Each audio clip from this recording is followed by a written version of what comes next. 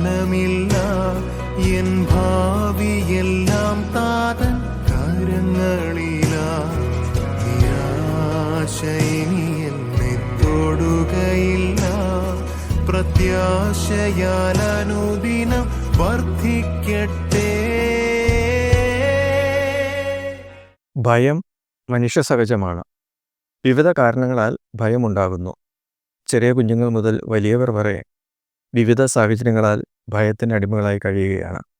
ആശങ്ക അല്ലെങ്കിൽ ഉത്കണ്ഠ അതിനൊരു മുഖാന്തരമാണ്. ജോലി നഷ്ടമാകുമോ, ഈ രോഗം മാറുമോ, വീട് നഷ്ടപ്പെടുമോ, പട്ടിണിയിലാകുമോ, ഇങ്ങനെ ആ പട്ടിക നീണ്ടുപോകുന്നു.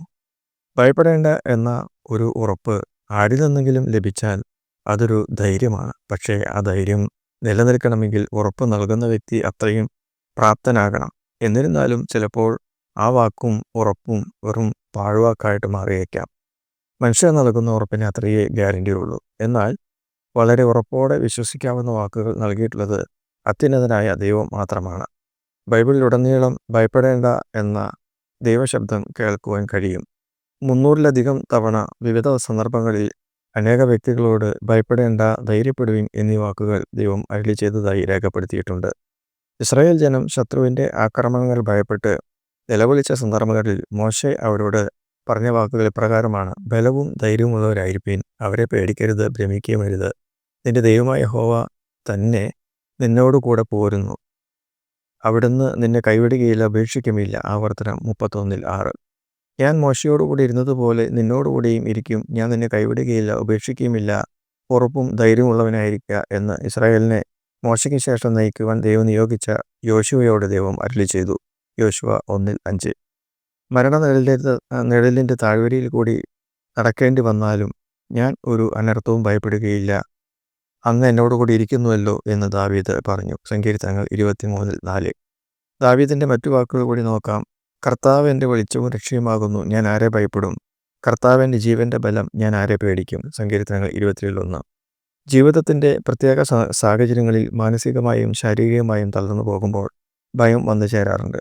ആരും സഹായിക്കാനോ താങ്ങുവാനോ ഇല്ലാതെ വിഷമിക്കുമ്പോൾ ഭയപ്പെടേണ്ട എന്ന ദൈവശബ്ദം കേൾക്കുന്നത് എത്രയോ ആശ്വാസകരമാണ്. ഞാൻ നിന്നെ ശക്തീകരിക്കും, ഞാൻ നിന്നെ സഹായിക്കും, ഞാൻ നിന്നെ താങ്ങും. യെശയ്യാവ് 41:10. ഈ ദൈവിക വാഗ്ദാനത്തിൽ ആശ്രയിച്ചുകൊണ്ട് മുന്നോട്ടു പോകാം. ഭയരഹിതമായ ജീവിതത്തിൻ്റെ നിർണായകമായ ഘടകം കുടുംബമോ ഭരണകൂടങ്ങളോ സംഘടനകളോ അല്ല, സർവശക്തനായ ദൈവമാണ്. ഈ ദൈവം ഒരിക്കലും നമ്മെ ഭയപ്പെടുത്തുന്ന ദൈവമല്ല, ധൈര്യവും പ്രചോദനവും നൽകുന്ന ദൈവമാണ്. 2 കാശിനെ 5 കുരികലിനെ വിൽക്കുന്നില്ലയോ? അവയിൽ ഒന്നിനെ പോലും ദൈവം മറന്നു പോകുന്നില്ല. നിങ്ങളുടെ തലയിലെ മുടി പോലും എണ്ണിയിരിക്കുന്നു, ആകയാൽ ഭയപ്പെടേണ്ട എന്ന് ക്രിസ്തു പ്രഖ്യാപിച്ചു.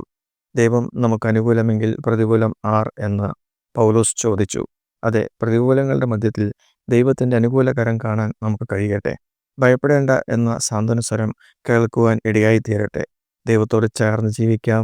അങ്ങനെ ഭയരഹിതമായ അനുഗ്രഹീത ജീവിതത്തിൻ്റെ ഉടമകളായി നമുക്ക് ജീവിക്കാം. God bless you. ഭയം ലേശം വേണ്ടിനിയും മമ യേശു എന്നഭയം.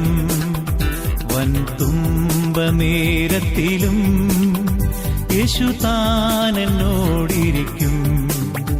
വൻ തുമ്പനേരത്തിലും യേശു താൻ എന്നോടിരിക്കും. ഭയം ലേശം വേണ്ടിനിയും മമ യേശു എന്നഭയം. വൻ തുമ്പനേരത്തിലും യേശു താൻ എന്നോടിരിക്കും. വൻ തുമ്പനേരത്തിലും യേശു